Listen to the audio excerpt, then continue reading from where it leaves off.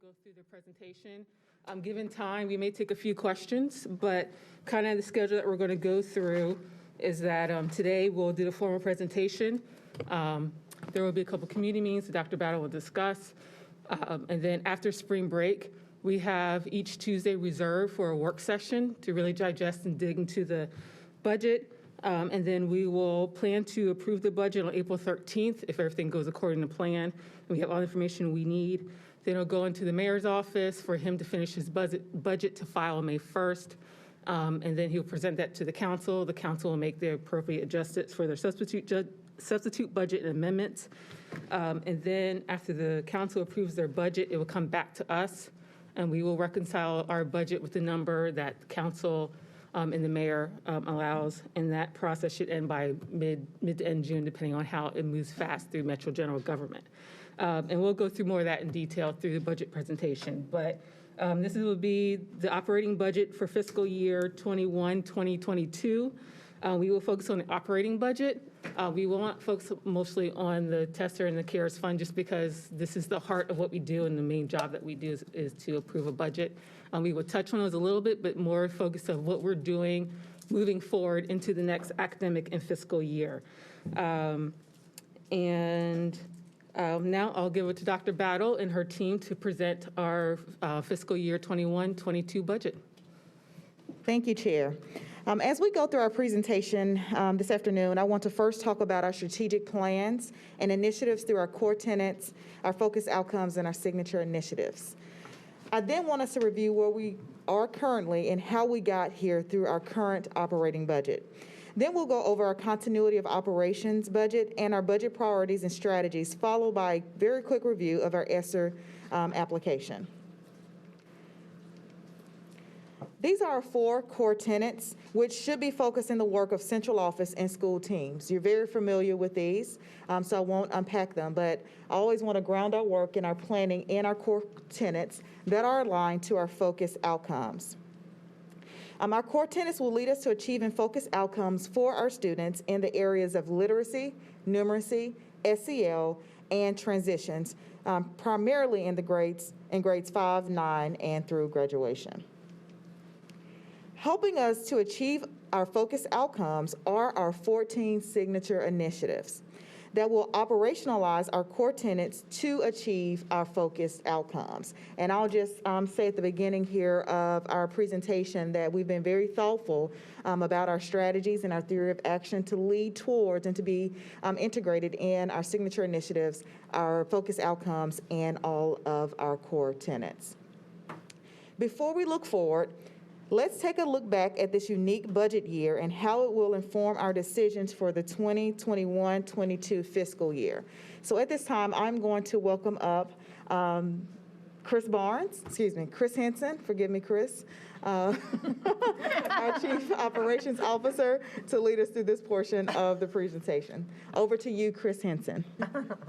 Thank you, Dr. Battle. I was going to be funny and call you Dr. something else, but I decided that wouldn't be wise. As Dr. Battle said, what we wanted to do was just recap and remind the board as well as the general public our fiscal year 2021 operating budget.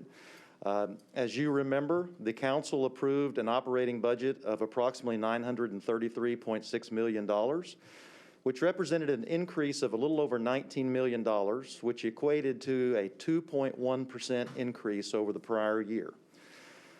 Part of the reason that it was so difficult to put together a budget for this current year was the continuation of the fiscal year 2020 mid-year 3% cost of living adjustment for all of our employees. While we were very, very happy to provide that mid-year 3% COLA for our employees at a cost of $15.2 million on an annual basis, if you remember, that $15.2 million came from our fund balance.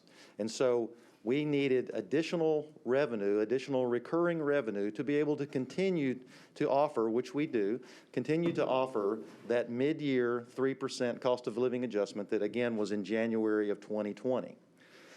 We also, as we typically do, had a charter school transfer increase of $8.6 million, which mainly is for enrollment growth as well as an increase to the per pupil amount which is mandated by state law, which, as a reminder, is the total state and local revenue per student amount, which is basically our total operating budget, that by law is transferred to our charter schools based upon their own enrollment.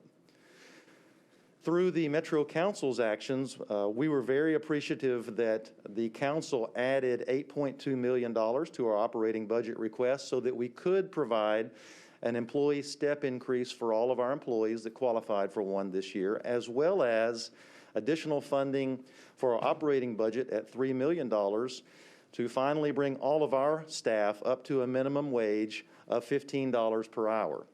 Both of the $8.2 million and the $3+ million, again, were actions by the Metro Council that allowed us to provide these compensation improvements to our employees. As we do every year, we have other inflationary increases, things such as the Metro government IT internal service fee, et cetera, at about $2.8 million. The continuation of our existing pre-K program, if you remember, we had a federal pre-K expansion grant that ended back last December, and so we needed to budget for a half year to be able to continue those 22 additional pre-K classrooms that had previously been funded by that federal grant. And so we added $1.6 million to be able to continue those classrooms to our operating budget for this year. We had to identify some significant budget reductions to be able to balance our budget with the funding that was provided. One of the positive things that we experienced was a decrease in our MDHA property tax increment. This is data and information that comes to us from Metro Finance. We don't know what that number will be for this year. We're told to expect this number sometime next month, but we did have a reduction of $5.3 million, which was positive. One of the most difficult things we had to do was to go back and look through our entire line item budget, all accounts, all object codes, to come up with additional cost reductions and savings so that we could balance our budget. And this encompassed a number of different budget accounts and categories where we made reductions of approximately $5.2 million, reductions to the previous year's budget. As you remember, we did have school consolidations. We closed 4 schools and 1 program, which netted savings of approximately $4 million. We reduced the school's exception hire budget, which allows schools to make requests for exception hires based upon their own individual school situation. We reduced that exception hire budget, which saved $3 million. Dr. Battle reorganized the central office, the district office, which netted savings of about $1 million. And then we had reductions in our custodial, grounds, and waste disposal contracts of approximately $750,000. The impact of COVID, obviously, we were forced to abandon our aspirational budget request. If you remember, Dr. Battle held a series of community budget meetings all around the county last year in February, where we were planning to propose, at the recommendation of the Chamber of Commerce Education Report Card Committee, to propose an aspirational budget request. As you know, there was a significant property tax increase needed to avoid further budget reductions. We were required to identify over $20 million in budget cuts to balance our budget with the funding that was provided. We did receive approximately $26 million in federal CARES Act funding. Some of that by the law was allocated to our non-public schools and our charter schools.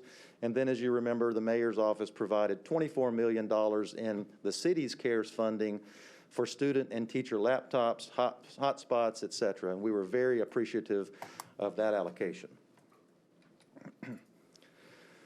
Sources of education funding. This is a pie chart that I like to share when making any kind of budget or finance presentation. As you can see from the headline there, the state formula, the BEP, requires a greater local match in Nashville and Davidson County than other districts in Tennessee. And the main reason for that, there is a component in the state's BEP funding formula called the Fiscal Capacity Index. Fiscal capacity is a way to measure a county's ability to fund education from its own local sources, i.e. property taxes and local option sales taxes. And fiscal capacity, the way that it's calculated, Davidson County has the highest fiscal capacity in the state of Tennessee. We all know what our assessed property values are in Davidson County, which is obviously the main driver of property tax revenue, as well as what our retail sales tax base is in Davidson County, obviously the main driver for local option sales tax revenue. So on the left side of this pie chart, you can see on average, there are over 140 school districts in Tennessee, and on average, school districts in Tennessee receive 49% of their total funding from the state, less than half, but 49%. And on average, the local funding makes up 39% of funding for school districts. And again, that main source of local funding would be property tax revenue and local option sales tax revenue. And then 12% comes from federal sources. On the right, you can see for Davidson County, you can see that it's basically flipped because of Davidson County's high fiscal capacity index. Local funding makes up 63% of our total funding. State funding only makes up 26% of our total funding, whereas federal funding makes up 11%. And you can see the big difference there. Again, realizing that the state of Tennessee ranks approximately number 46 in the country in education spending per student. And you can see the split there among the different revenue sources on the left side, again, for the average school district in Tennessee, and on the right side for Metro Nashville Public Schools. We also wanted to point out the historic investment in learning environments from the most recently approved capital spending plan that was proposed by Mayor Cooper and then ultimately approved by the Metro Council. You can see we have three main construction and design projects that are school-specific. Funding for a new Hillwood High School in Bellevue, funding for a significant addition to Cane Ridge High School, where the enrollment projections continue to show that it will be overcrowded in the future, and then funding for the design phase of a new Cane Ridge Middle School, again to alleviate overcrowding at the middle school level in the Cane Ridge and Antioch area. Under district-wide projects, we are very happy to have significant funding allocated for HVAC upgrades for a number of our buildings, a large number of our buildings, as well as funding for accessibility, environmental remediation, as well as emergency construction and contingency. How does our funding compare nationally? It's difficult to make an apples-to-apples comparison, and so we rely on external sources to produce and research and produce this information. This comes from the National Center for Education Statistics, NCES. This is sort of the go-to organization for all things education as far as statistical information goes. And as a reminder, this does include all federal funds as well as all food service funds to get a truer apples-to-apples comparison. And you can see where Nashville ranks among our peer districts. This doesn't take into consideration Washington, D.C. or New York City or anything like that. We look more closely at peer districts as it relates to district size as well as geography.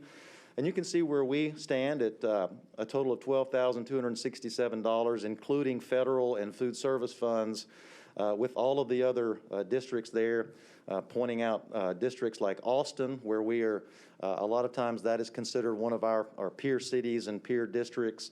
But you can see some of the others there and where they rank.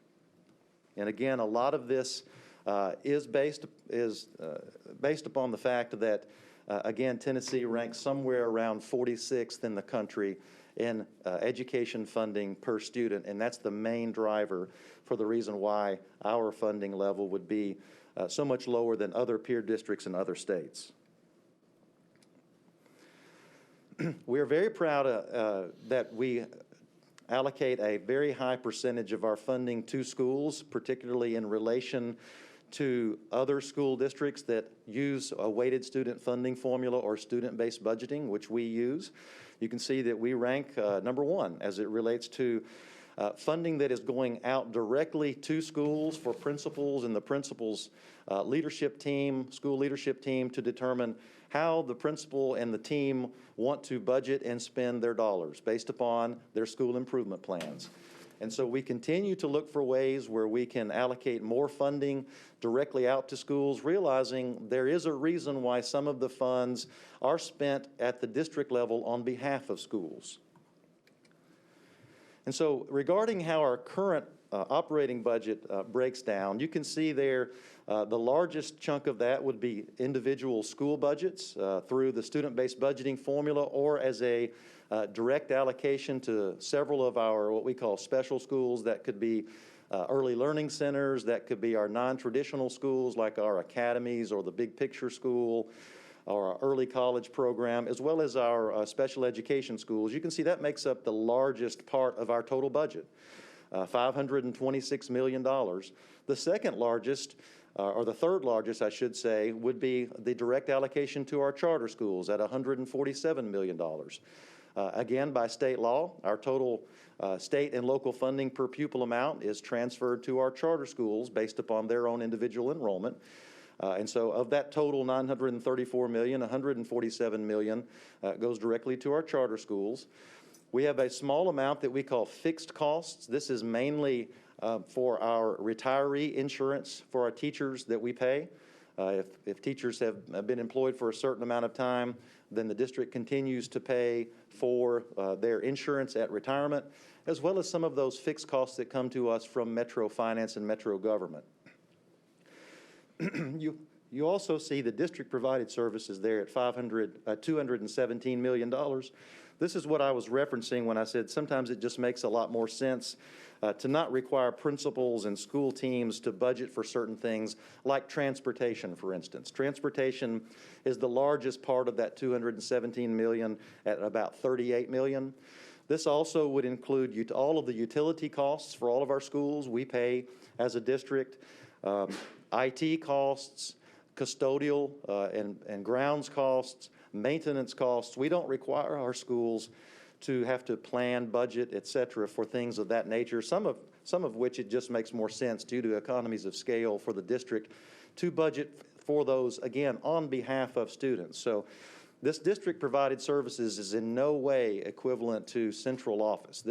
These are true expenses that are paid for at the district level, not a part of individual school budgets, but directly on behalf of our schools. Just reiterating the school board's budget priorities. Number one, employee compensation. Then we have academic and social emotional learning integration, instructional materials and implementation support, infrastructure and technology support, human resources, our schools of innovation, and community and parent engagement. And in a few minutes, we're going to go through a lot of the investment opportunities that are all categorized by the school board's budget priorities. As we do every year, we have to have a budget increase or an increase in funding just to be able to continue operating at the same level of service that we did this year.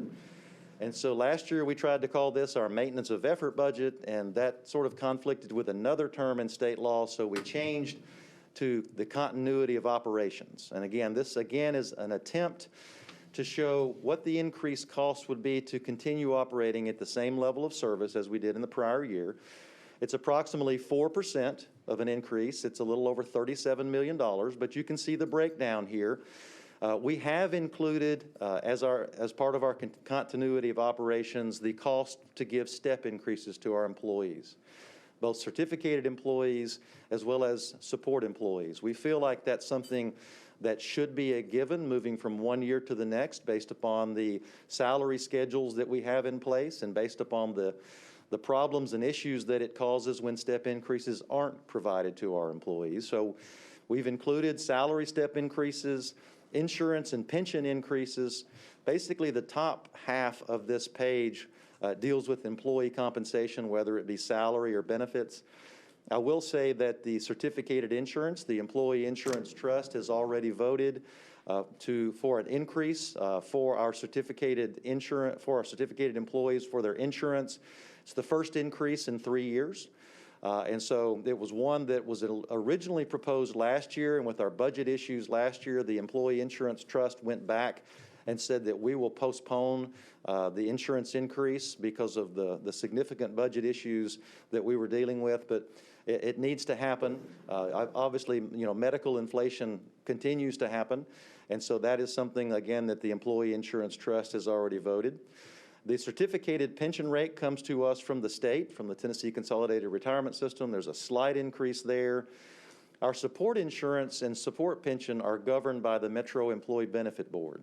All of our support employees are treated as Metro general government employees for benefit purposes.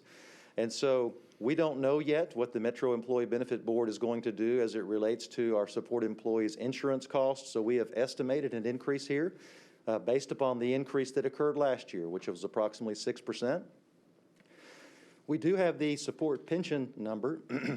This is something that the Metro Employee Benefit Board has already voted to approve, and you can see that estimated increase for us there at $687,000. And then we have things like injury on duty costs, buildings and contents insurance, that property tax refund for MDHA.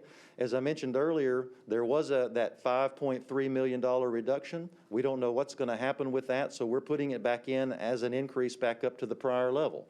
Again, not having any idea what that might look like, but we are putting that in here sort of as a placeholder until we do have that number from Metro Finance.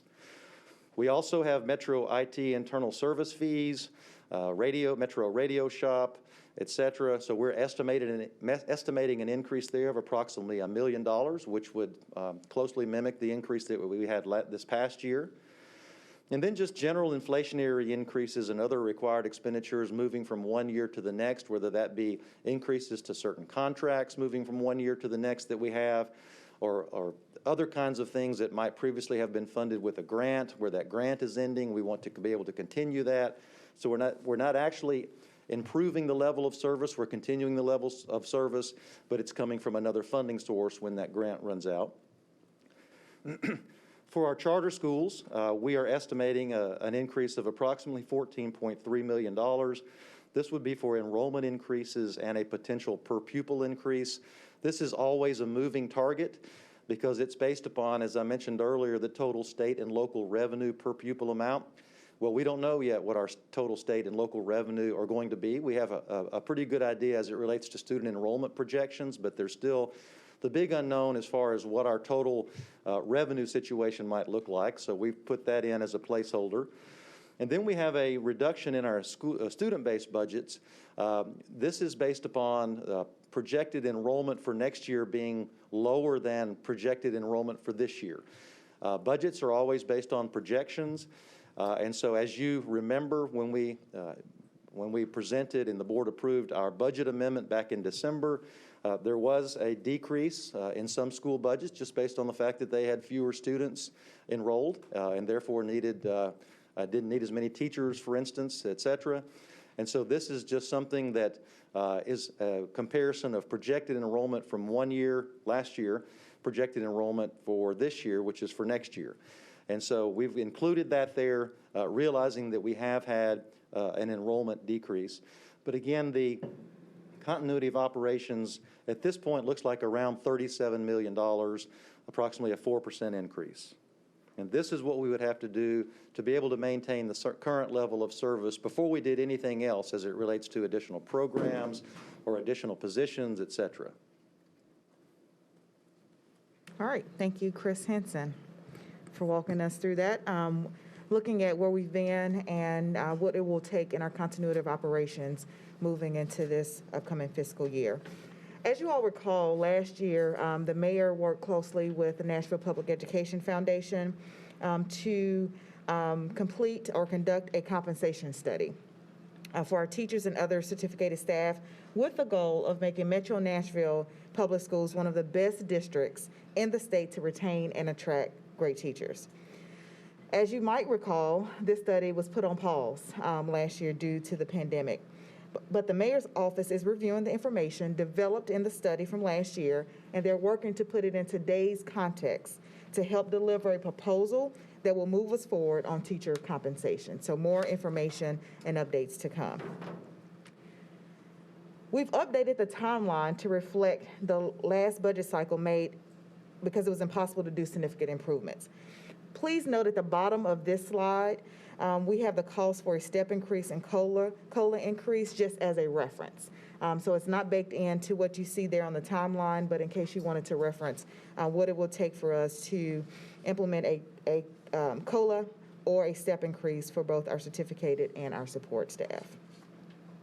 Now, in the spirit of the approach we took last year in building a very aspirational budget, we are following suit this school year. There was lots that we knew prior to the pandemic. We've learned a lot, and we are really focused on the future for our students. I do want to remind us that this process was interrupted last year, and so we were not able to realize lots of the strategies that are included in the budget. So you will see some strategies that we identified last year, and you will see some new strategies given the impact that COVID has had on our students and our staff.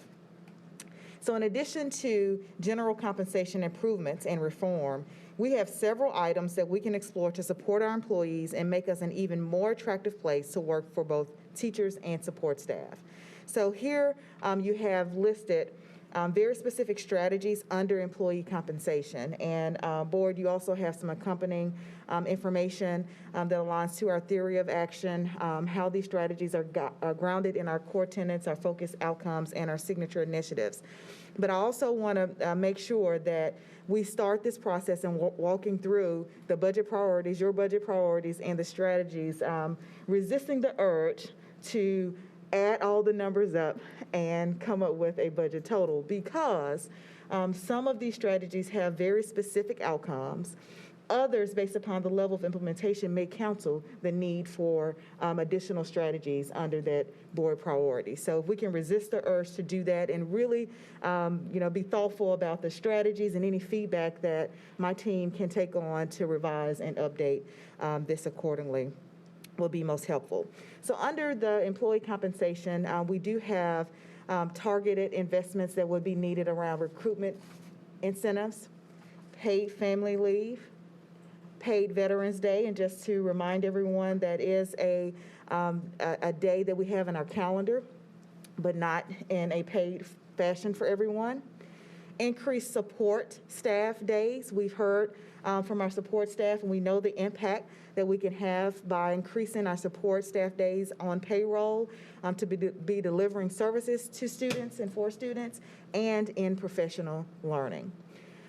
Again, the cost to be determined to evaluate and revamp pay scales. We've started with the teacher, certificated staff. We also know we have a need for our support staff and for our administrative pay scales. Also, we have a strategy around recruiting longevity pay for our employees. This will help us maintain those experienced educators and support staff right here in our district.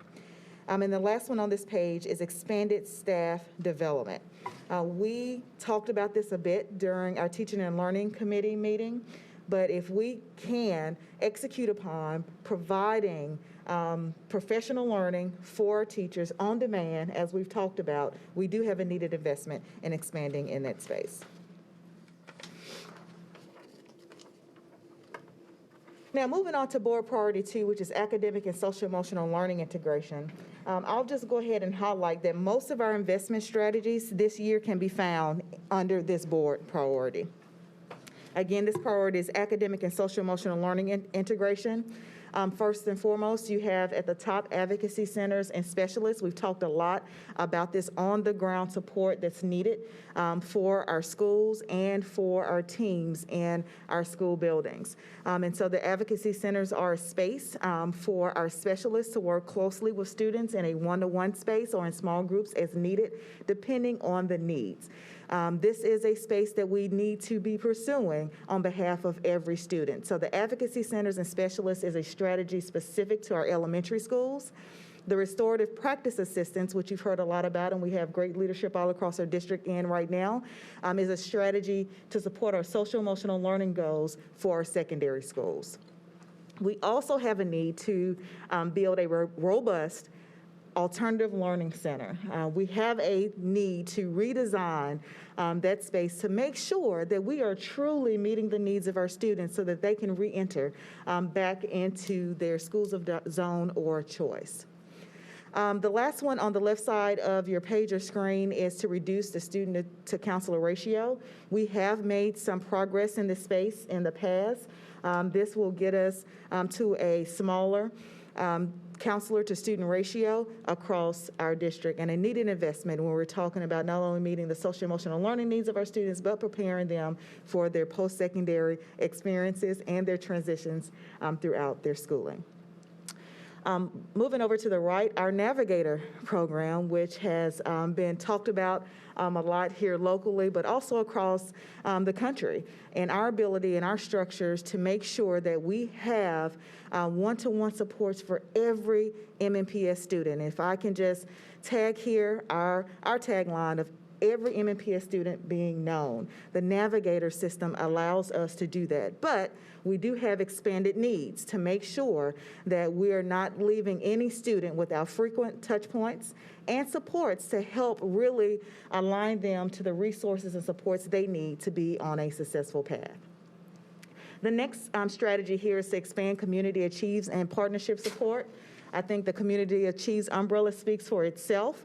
We know that many of our successful schools who are making accelerated growth and achievement for their students are Community Achieve schools. So they fall up under that umbrella of support, whether that be a Community Achieve school, FRC, having supports through communities in schools. We know those additional supports are needed, not only for directly to our students, but for the family and community engagement that we want to see at every grade level in every school. The next strategy here under academic and social emotional learning integration is professional development redesign. Again, we've talked about the frequency of professional development for all of our employees, not just our certificated, but our support staff as well. This professional development redesign is really structured for us to rethink how we're providing PD to all staff members. When we talk about our exit surveys and the feedback we hear from our employees that may be transitioning between schools or out of the district, this is one of the top responses that we receive is the access to professional learning and that pipeline to success as we build our leaders. Direct connection to our core tenet to equip and empower our leaders at all levels. And then the last strategy on this side is expansion of our virtual school options. As you all know, we are home to the MNPS virtual school that in years past, at least over the last 10 years, we provided a full program experience for students in high school, 9 through 12, and we've offered courses for our middle school students, 6th, 7th, and 8th grade. We have received lots of feedback from our parents and some students around their success in the virtual school space. By law, we will have to do this moving forward through our virtual school, our MNPS virtual school. So our continuity of learning plan that we submitted back in the fall will end at the end of the school year. So we should be planning around expanding our virtual school options so that we are truly meeting the needs of our students and families. So lots of positive feedback and requests around the ability to continue on in the virtual school space. Moving on to our next slide around our academic and social emotional learning integration. At the top, you have English learner teacher certifications. We have a growing, loving, diverse EL population here in MNPS, and we want to support our teachers in getting the endorsements they need to continue to be prepared and highly qualified around meeting the needs of our students. You've heard a lot around our Metro Schools Reimagined. This is us projecting out. As you know, in year one, we had very minimal costs associated with our uniform strategies, but we are moving on to our phase 2 implementation plan. And so there are some areas that we need to invest in to make sure that we can continue this pathway articulation across all our clusters in MNPS. The next one is around course and grading alignment.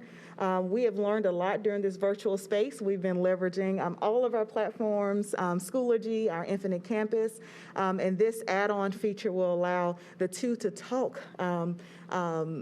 pretty accurately to one another. And so we'll ease the burden on our teachers of being in two different platforms and connect the two. The last one on your left side is a transition coordinator. The transition coordinator is there to support our students with transitions, whether they be from school to school or from our non-traditional environment. And then on the last slide, I'll move through these quickly. Numeracy support.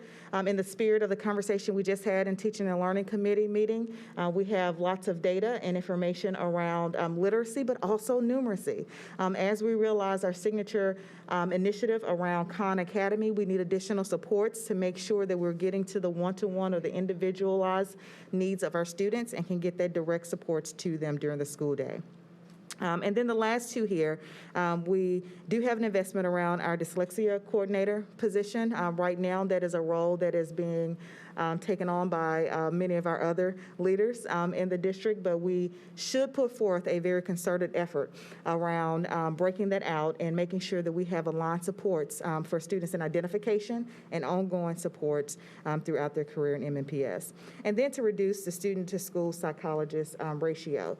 This was a need that existed prior to the pandemic, but has definitely increased during the pandemic to make sure that, again, we're identifying students early, we are able to test and get them the immediate supports that they need as they move back into their schools. Our next board priority is instructional materials and implementation support. And I'm going to take my time and walk through this one just so everyone can follow exactly where we are.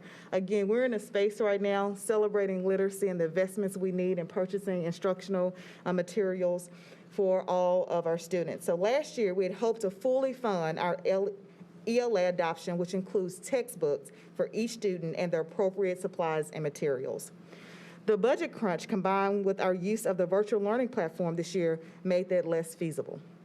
However, we still have a need not only in ELA, but study areas such as science and social studies, CTE, and advanced academics.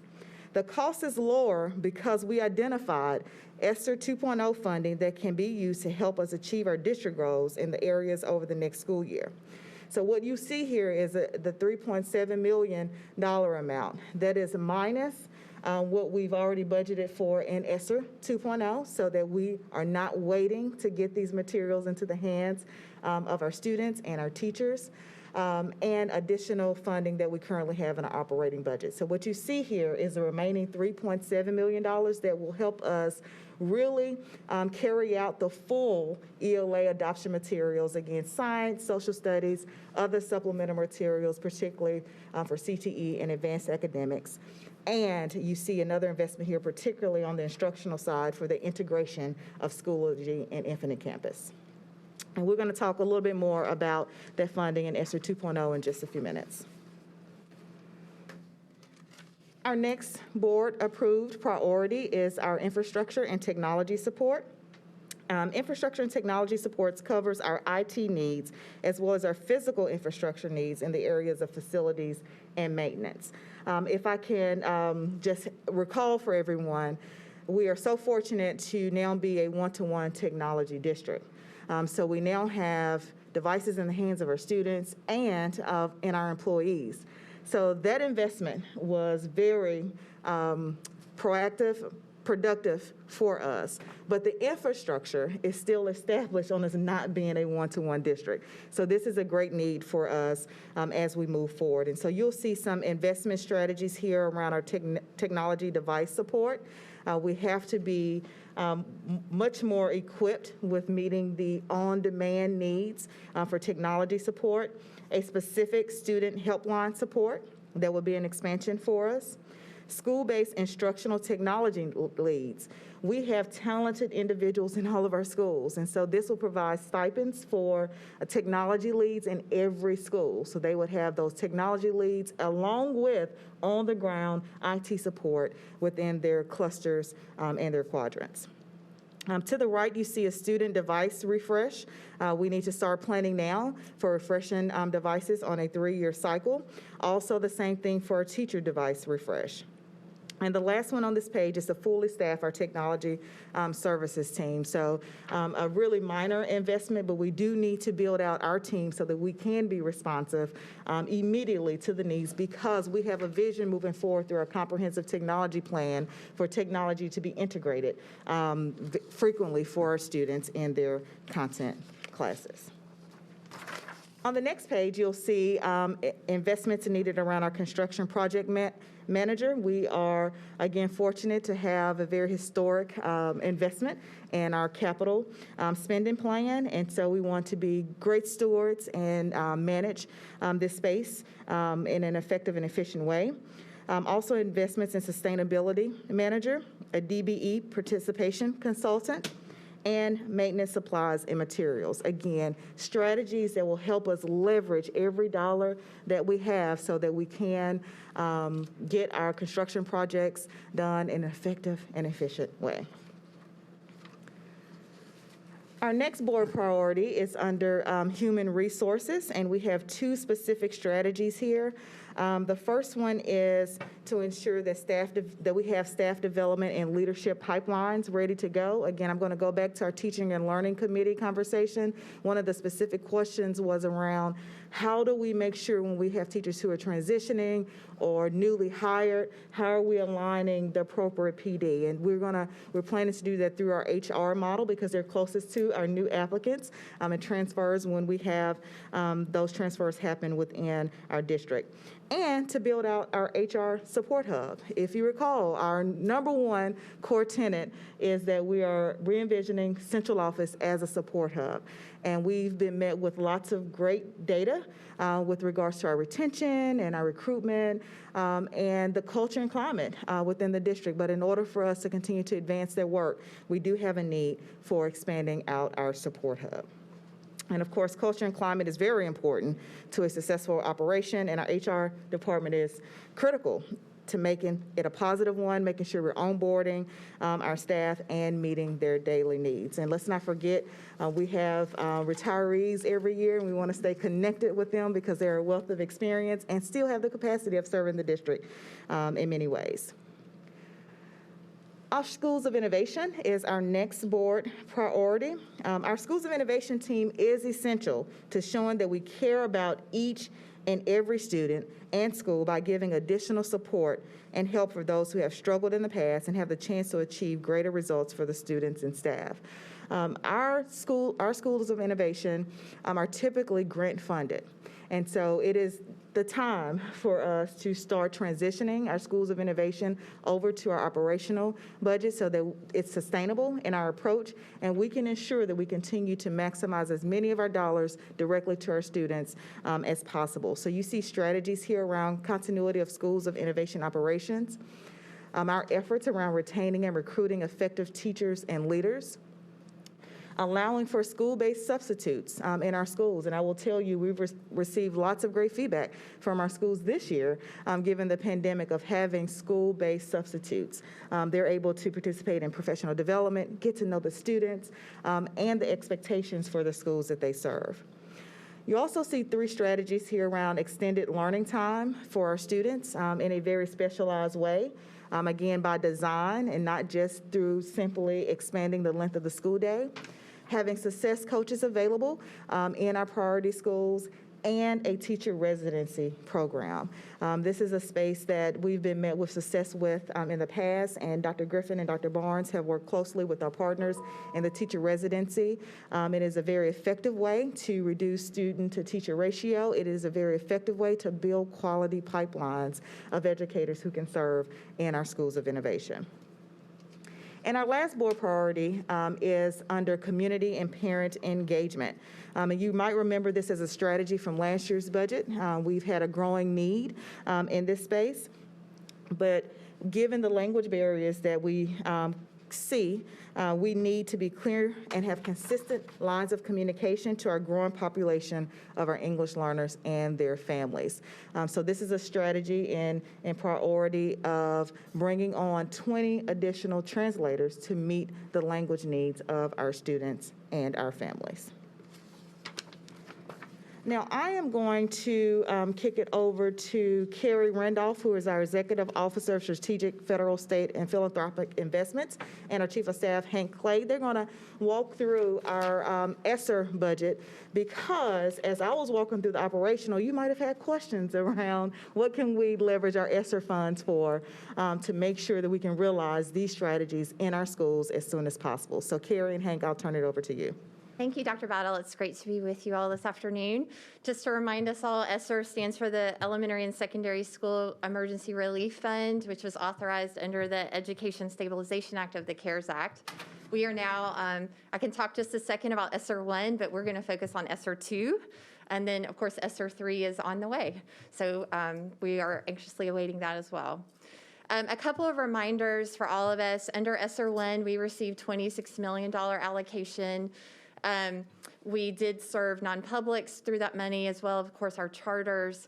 That money is all encumbered. We're in the process of drawing down. About half of it went to nutrition services, to remind us all.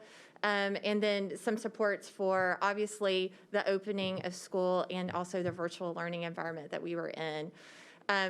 All of these funds are one-time infusions. It's really important to remember that for those of us who are around for Race to the Top and remember the funding cliffs that created for our schools, we are very intentionally working to make sure that we aren't creating those now. And the investments that Dr. Battle talked about are really, we've been, in my opinion, very strategic around how we've thought about leveraging and the ask to operations and an increase in funding, as well as these ESSER funds to serve our students.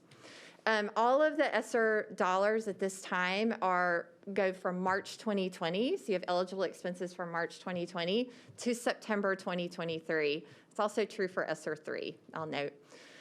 We receive these funds in a reimbursement, so that means we expend the funds. We then compile documentation, which we then present to the Tennessee Department of Education for evaluation and reimbursement based on allowability. So we are doing that on a monthly basis. Just to remind us all, too, that these funds are about response. It is the Emergency Relief Fund, I'll remind us all. But the allowability is pretty interesting and broad when we think about all the needs of our students and schools in this area. So I've listed just a brief overview of the allowability for ESSER 2 here. So learning loss or acceleration, facility improvements, the preparing for long-term closures, unique needs of special populations, educational technology, mental health supports, and then maintenance of operations due to the pandemic.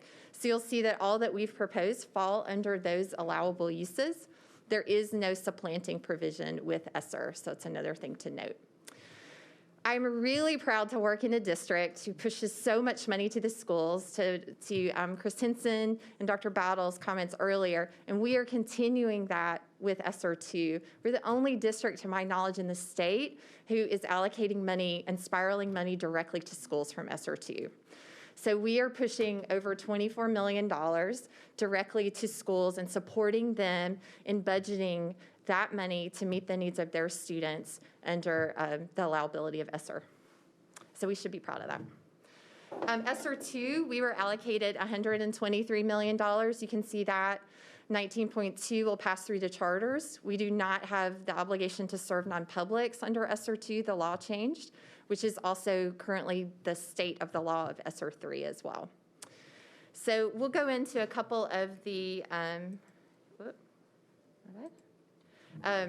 ESSER 2 funding buckets. So we already mentioned, and I'll say it several more times, that $24.4 million is being pushed directly to our schools. It's very exciting. But we have three funding buckets. So COVID operations, about $51 million allocated there. About $52 million under academics and SEL, very closely aligned to our focused outcomes. And then another focused outcome area, we have some funds going to transitions. So I'm going to talk through really briefly these different buckets and what this is the district set aside focus here. So how we are using these funds to serve our schools. So the first is the Meharry partnership, and I'm going to let Hank Clay talk a little bit about that one.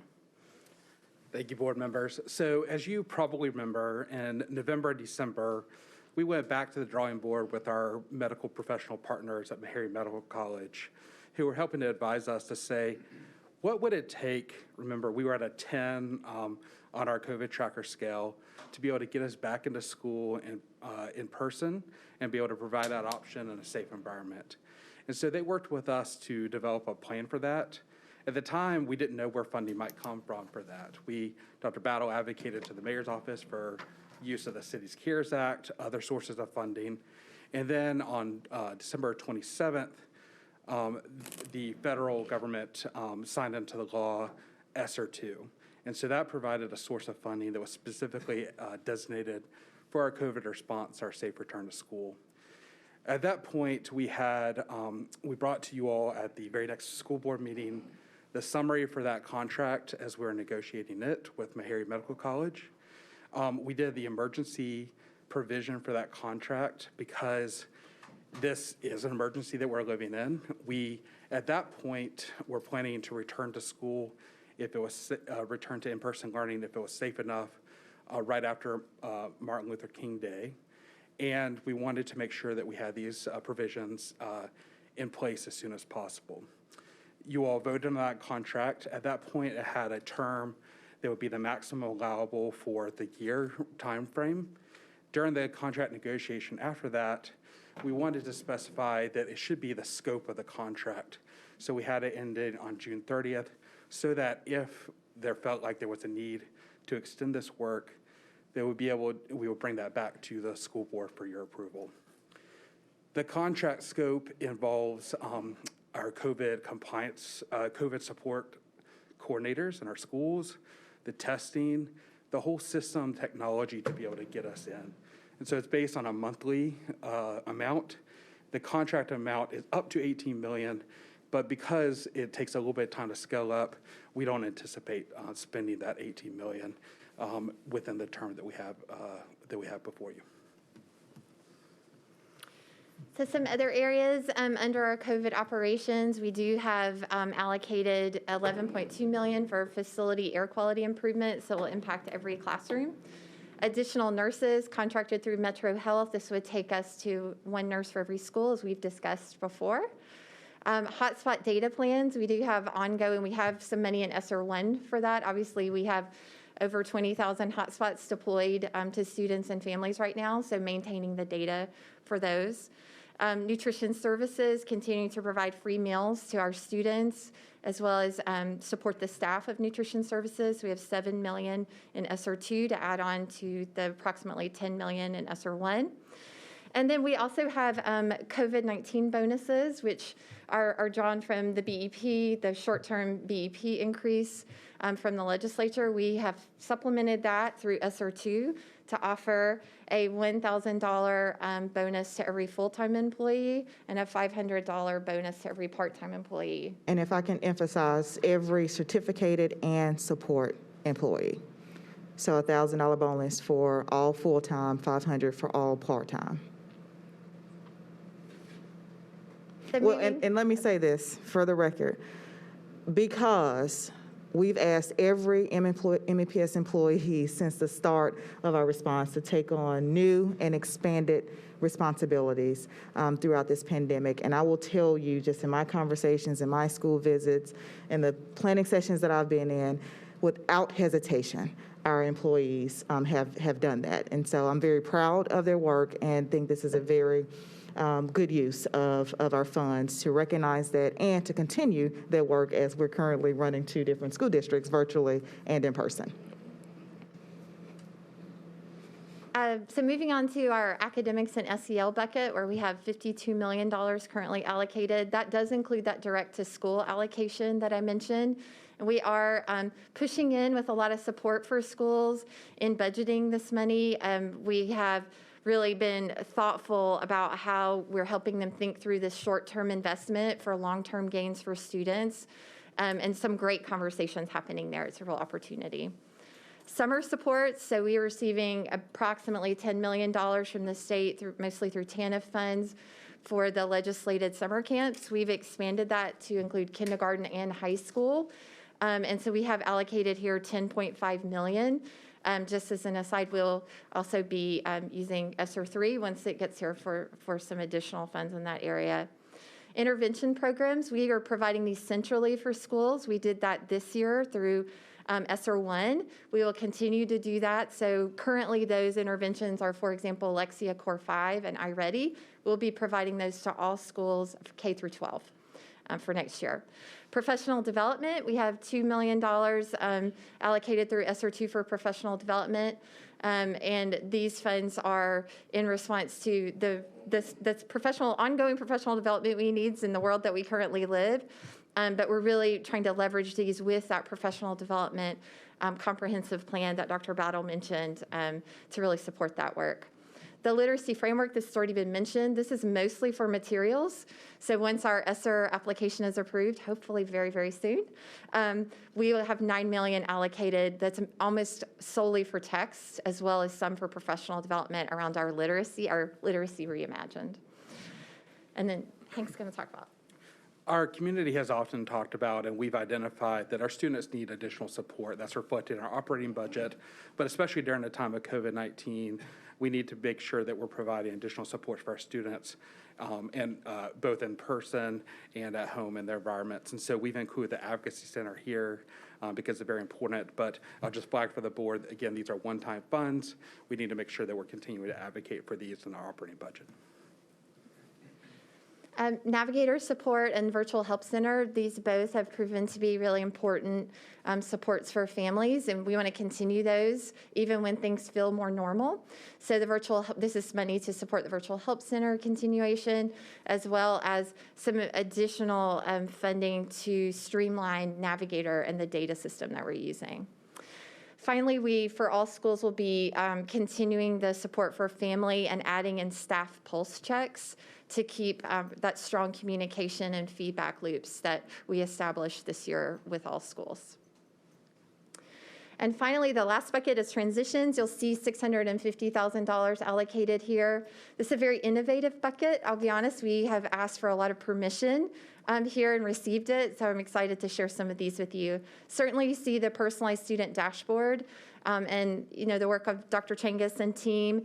This is to help with a web app so that it's very accessible. Post-secondary transition, very concerned about our graduates, class of 2020, class of 2021, which we think of as our COVID classes, unfortunately. This money is there to support them, and working with our higher ed partners, we're partnering to provide, I would call it insulated transitions for those students to make sure they're ready for post-secondary. On-track graduation support, this is pushing in at our high schools. We're doing that now with some ESSER1 funds. It's proving to be quite helpful to our leadership teams and our students at our high schools, so we want to continue that work to make sure every student's on track and supported to graduate.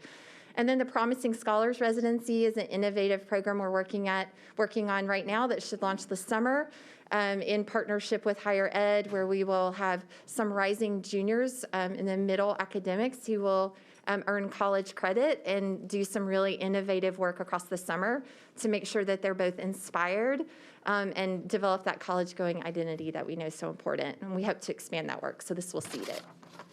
All right, thank you, Carrie and Hank.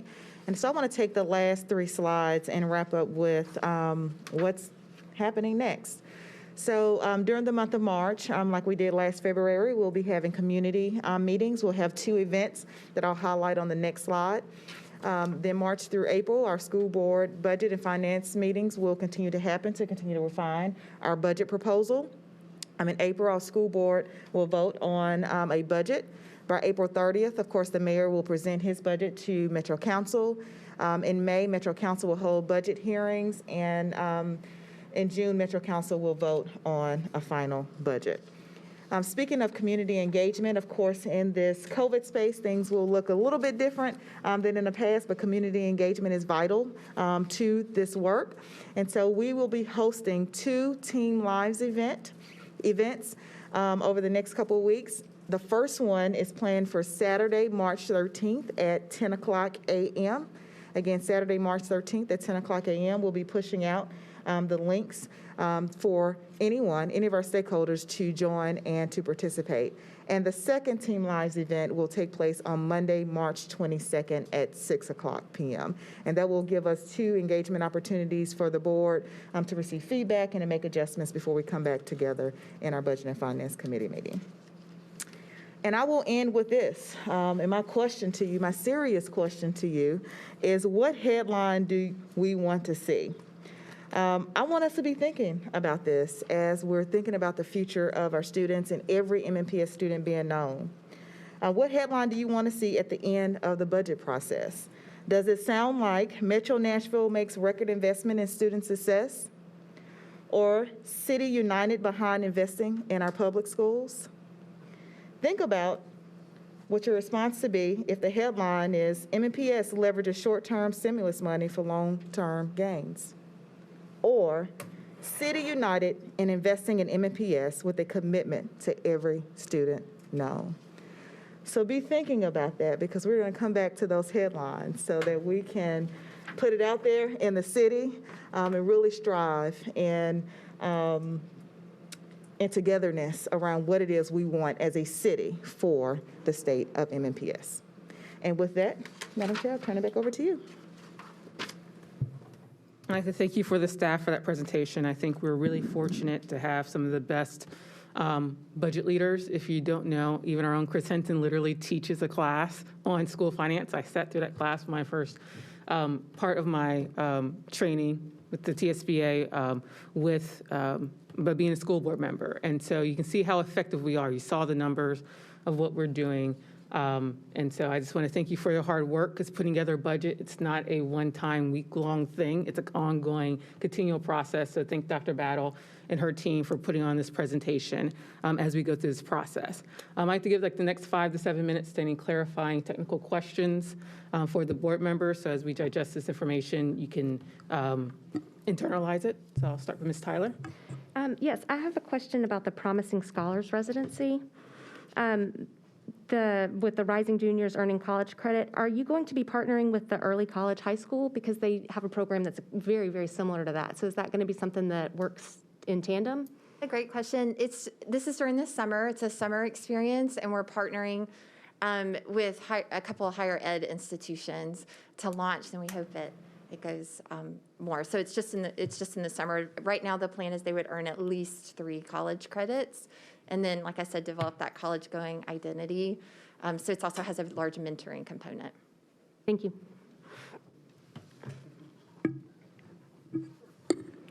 Yes, Ms. Buggs. Thank you, Ms. Player-Peters. I have a couple of questions. I appreciate that you all touched on that the $37 million didn't necessarily that the reimagined work was not encompassed in that $37 million projected to maintain effort next year, right? So I think we just need to be mindful because I'm going to be reviewing through this and making sure that I have talking points for our council members and our mayor to make sure that they understand what exactly we need for every little thing that we've either heard them suggest that we need or that we've suggested we want. The advocacy centers, is there any way for you to talk through maybe I know each school will have individual goals, but what is kind of the high-arching goal for student outcomes around the advocacy centers? I mean, I love the idea, so please know that I'm supportive, but are we looking to simply decrease behavioral incidents? Is the funding that's wrapped in there dealing with maybe professional development around restorative justice? And in that same breath, thank you for coming up, Dr. Springer, but in that same breath, around the ALC redesign, if you could speak to that, what that would look like. Is that strictly facilities updates or changes, or is that around curriculum design or day design? Yes, so thank you for your question.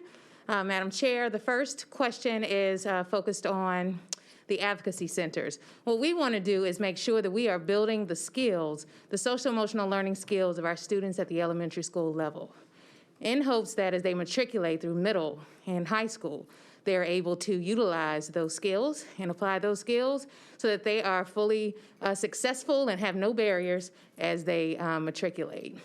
What we do know is that in elementary, our students are, learning about themselves, and they are formulating and developing themselves, right? And so in middle school, they begin to practice what they've learned. And then, you know that. And then in high school, they are applying what they learn. And then when they become adults, we know what that means, right? We want them to be successful. And so we know that that early foundation in the elementary school level is very critical. So they'll be gaining social emotional learning skills.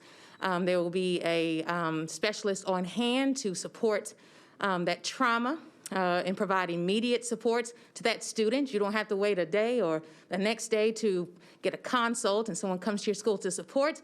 That support is there immediately. And that support is provided so that that student can re-enter the classroom as soon as possible so that they can maintain academic success. So it's kind of twofold, right? Making sure we meet the immediate need of the student and then making sure they're able to get back into the classroom at that foundational level. So when they transition to middle, high, they are ready. The second question you had was around the ALC redesign.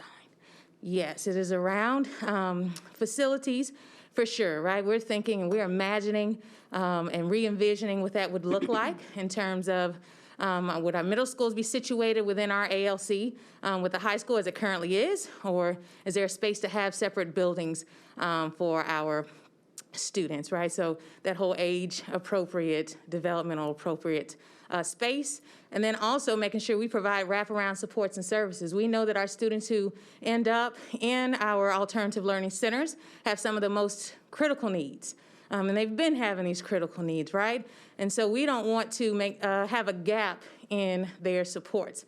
They need intensified counseling, intensified social work access. They need intensified trauma-informed supports. They need access to psychologists so that we can make sure that we provide a high dose of support for those students so that when they re-enter back into their zone schools, they are ready to thrive and to survive. We don't want our ALCs to be a space where our students just land and it's a holding space, right?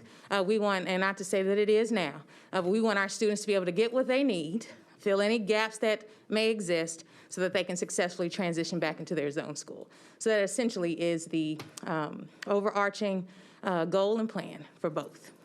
I love that, and I would just ask you, Dr. Battle, if you could sit with staff and give us some talking points around what the goals are for those elementary school students. So if I could say to the mayor that right now, or in the past few years, our past normal, we had an average of 1,000 students in elementary school that had behavioral incidences that made them miss more than 30 minutes of class time. Mm-hmm. But our goal with the advocacy centers is, of course, we know that it's multi-layered, that behavioral issues are not one size fits all, and that the responses to them are different also, but it would help us to be able to say this is a tangible goal to keep in mind, that this will help us meet this need. Absolutely. It just helps us to build the narrative. So thank you for all of these. And if I can just say, Madam Chair, that's a great question. And what we try to accomplish in the accompanying packet for the board is that theory of action, if we're able to implement in this way, giving our data points. Now, we were trying to be very laser focused. Some of them have many areas we can push on, but we wanted to know what our primary outcomes were given the strategies that you see. Please give us feedback if you need additional data or information that will help support that theory of action. We are happy to share it, but I think you already have like a 20-page document in front of you. But that was our intent there, and we'll continue to build that out in kind of the spirit of the vision that you've just shared. I love this. And I'm doing just a quick skim, so I'll follow up with, I just want to make sure that we can relay this to the community in a way that says 10,000 collaborative referrals for providers, but what does that look like for the community expenditure? Or what does that look like for, so I'll look through this and kind of see what suggestions around narratives I have. So thank you for all of these. I have another question just around community achieves, and then I'll give up the floor because I know we have several. And please remember that if you're okay with it, Mrs. Player-Peters, we can tackle an additional 15 minutes at the end of the meeting today just to follow up with any questions. But community achieves, how many, It's in the packet, huh? How many schools are we looking to expand to? Ask your question, and we're here to Okay, support. so, we hear often, people will say, well, I want a large investment in parent engagement, and not understanding maybe that navigators tackle that, and increasing counselors tackles that. But I know with Community Achieves, that's an easy button to push and say, Community Achieves can tackle parent engagement, it can tackle community partnerships. But how many schools would this increase us for? And then if you could give me a rough estimate, if we had 3 new Community Achieve sites, how many more families do you think we get to impact based on just past student data? Well, one, I want to state that we are imagining a kind of a wall-to-wall approach. Okay. We do not want. We want to reduce the variance of supports that our families are receiving, right? So if I'm a Community Achieve Schools, I have this wraparound support that includes what you mentioned, that parent engagement, the partner engagement, the family engagement, and just connecting the student and the family to resources that are available, and to provide those immediate supports like food, clothing, shelter, whatever resources are needed. We want all of our schools to have access to such. We don't want to leave anyone out. And many times it's a matter of funding. All the time it's a matter of funding in terms of expanding services. So we want every one of our schools to have access for sure. And if you're talking about how many more families will be supported, you think about times 100 more, 90, I believe 90 is the number. 90 more site managers. Okay. So we're talking 90 more schools. So we're talking thousands and thousands. And so we will be impacting the school and then also the community at large. And as you know it, the city of Nashville. So that's our intent, to reshape, remold, make sure that we have the supports needed that impact all the way out to the community. And we're talking about the Community Achieves umbrella, and this is so closely tied to our Metro Schools Reimagine. Imagine a student and a family entering MNPS in preschool, staying through 12th grade, where in their EOC, in their elementary school, middle school, and high school, they had access to a family resource center. What we experience now is that a family might get really connected to a family resource center in the elementary space, right? Their basic needs are being met. We can immediately meet the needs for nutrition, things around standing school attire, so on and so forth. And they move to a middle school, and they're trying to figure out how to be connected again. And so we want to shore up and reduce that variance that Dr. Springer is talking about, so that we have those true pathways of supports, so our families aren't having to re-navigate and re-explore how MNPS can support them as they move forward. Great response to my questions. Thank you. Ms. Masters? Thanks. So my questions are about our SR2 funding application. I know, so we'll hear April 1 about the approval for it. My first question is, what is our thought process behind including the literacy framework in that funding? Because when I'm looking through the guidelines for the funding, I'm not sure that I'm understanding, what connection you're using for that. And then part 2 on that is, for the direct to schools funding from that, at what level are we required to ensure adherence to the COVID-related guidelines when those funds are being spent by the schools? And then I have a third part too, which is probably more for Hank, about the Meharry partnership. So, For literacy, and I think Dr. Battle mentioned this, so using ESSER funds, we had to halt our literacy adoption due to COVID is one way to talk about that. And so we are resuming that adoption now and pushing ahead for our kids, because we know we need lots of support in this area, for example. So that we have, just speaking honestly, we've been back and forth with TDOE that I expect that to be an allowable expense. I'm not concerned. So Okay. if that helps with that. Your second piece around the school support, this is a great question. This is highly scrutinized funding. Just to be frank, we have to do monthly reporting both fiscally and programmatically around these funds. So The schools, we're putting in structures to make that as easy as possible in the schools. All requisitions will come through federal programs, just like with title. So we always assess them for allowability. We have a great system of support in our Title I facilitators and our executive directors who are deeply involved in the budgeting process. And I'm really proud of a document we worked with ERS on that really helps focus schools around allowability and that short-term one-time infusion. So it really is an important guidance document that we repeatedly will return schools to in thinking about how they can really leverage these funds in strategic ways that are allowable under the legislation. And I'll add, just being a long-time student-based budgeting district really does equip our school leaders and school teams with allocating. And what Carrie is speaking of in our guidance document, what we've done is we've taken the best practices that we've had implemented here in the district to close gaps and accelerate outcomes, and the best practices from across the country. And that's all in the guide for our principals to think about the best use of their funds for the unique needs of their schools and their school community. So we are pressing upon our school leaders the same way that we're thinking about leveraging our ESSER funds and reminding that this is one-time funds, non-recurring, and to the best of our ability, we want to invest directly into our students and into our people. Thank you.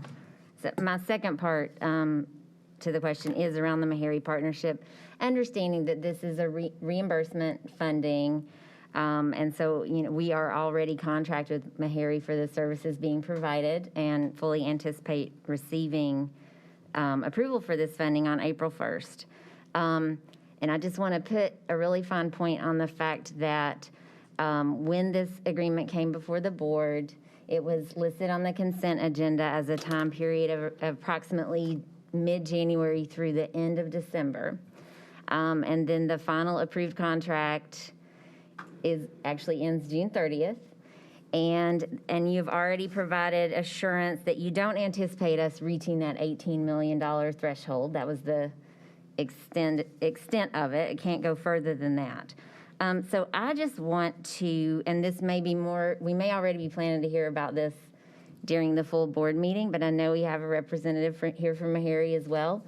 I'd just like to hear sort of a listing and explanation of the services being provided to us by Meharry under this contract. And I'm very appreciative of this document that helps me sort of understand the timeline of the funding and the funding decisions. But yeah. Thank you, Ms. Masters. So to clarify, I don't expect to use the 18 million before the end of the school year. As we know, COVID could continue going on, and so we would bring it back before the board if there was a need to continue this, if we were seeing the results from it that we're expecting. But I'd like to invite Mr. Patrick Johnson up to talk more about the partnership with Meharry Medical College Ventures. There was also some discussion about making sure to clarify that Meharry Medical College Ventures is a tax-designated for-profit entity wholly owned by the nonprofit Meharry Medical College. This is a function of the tax code to make sure that they are very consistent with that. It's the same thing that other large educational research institutions use, similar to Vanderbilt University Medical Center, for example. With the same governing body as the university, correct? Yeah. Right. And so the goal of this, and I'm excited for you all to get to see a picture of this work as part of Dr. Battle's presentation, is to make sure that we're able to get our students who choose in-person learning into school as soon as possible so that they are able to stay in school, remembering that it's not just the district-wide impact, but a family interacts with one classroom, one school, and so even if a student's classroom is impacted by the spread of the virus, that's very important. And so they have worked with us to design a comprehensive system that includes technology that includes COVID support people to be in each of our schools. That includes mobile testing teams to be able to go out on a regular basis. And as we've seen, addressing the hot spots that may come up so that we're able to isolate those issues first and protecting the employees and trying to limit the spread of COVID-19, and then making sure that we don't unnecessarily quarantine, that we can be as specific as possible. So I'll let Mr. Johnson talk more about the partnership. Thank you, Hank. Actually, that was thorough. I'm not even sure why I'm here. Good evening.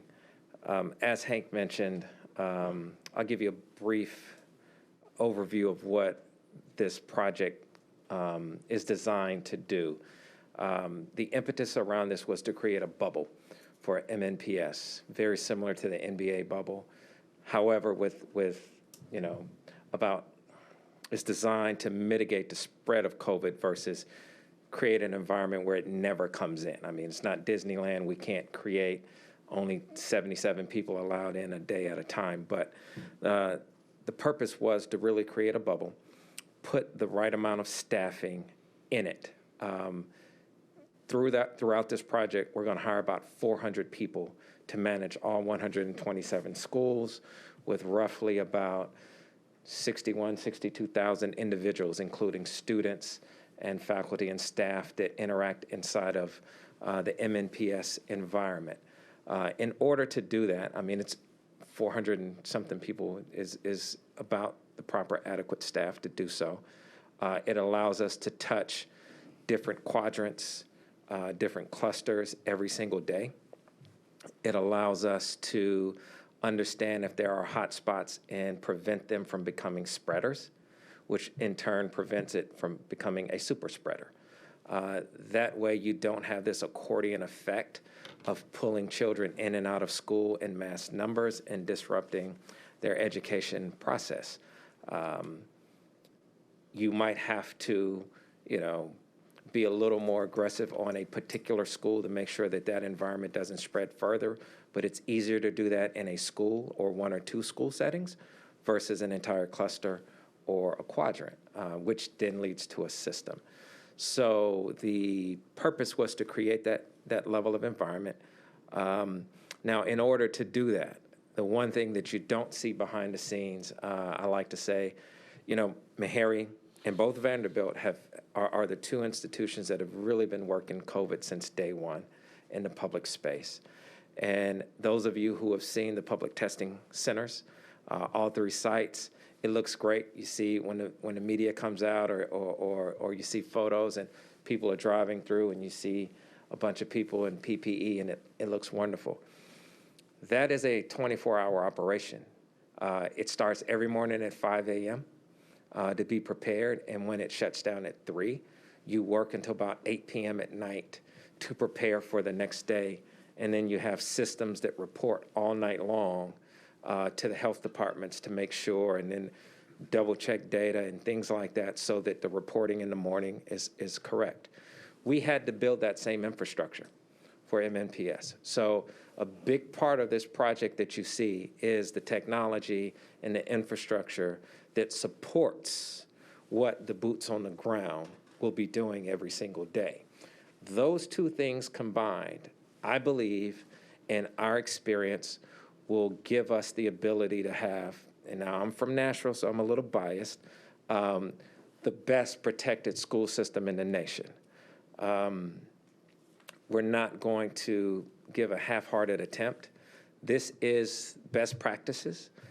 They are shaped every couple weeks. We look at what the CDC is recommending, but remember, because of the nature of Nashville being a healthcare center for the nation, we also influence what the CDC recommends. So a lot of their recommendations are based out of information that comes from this region to the CDC.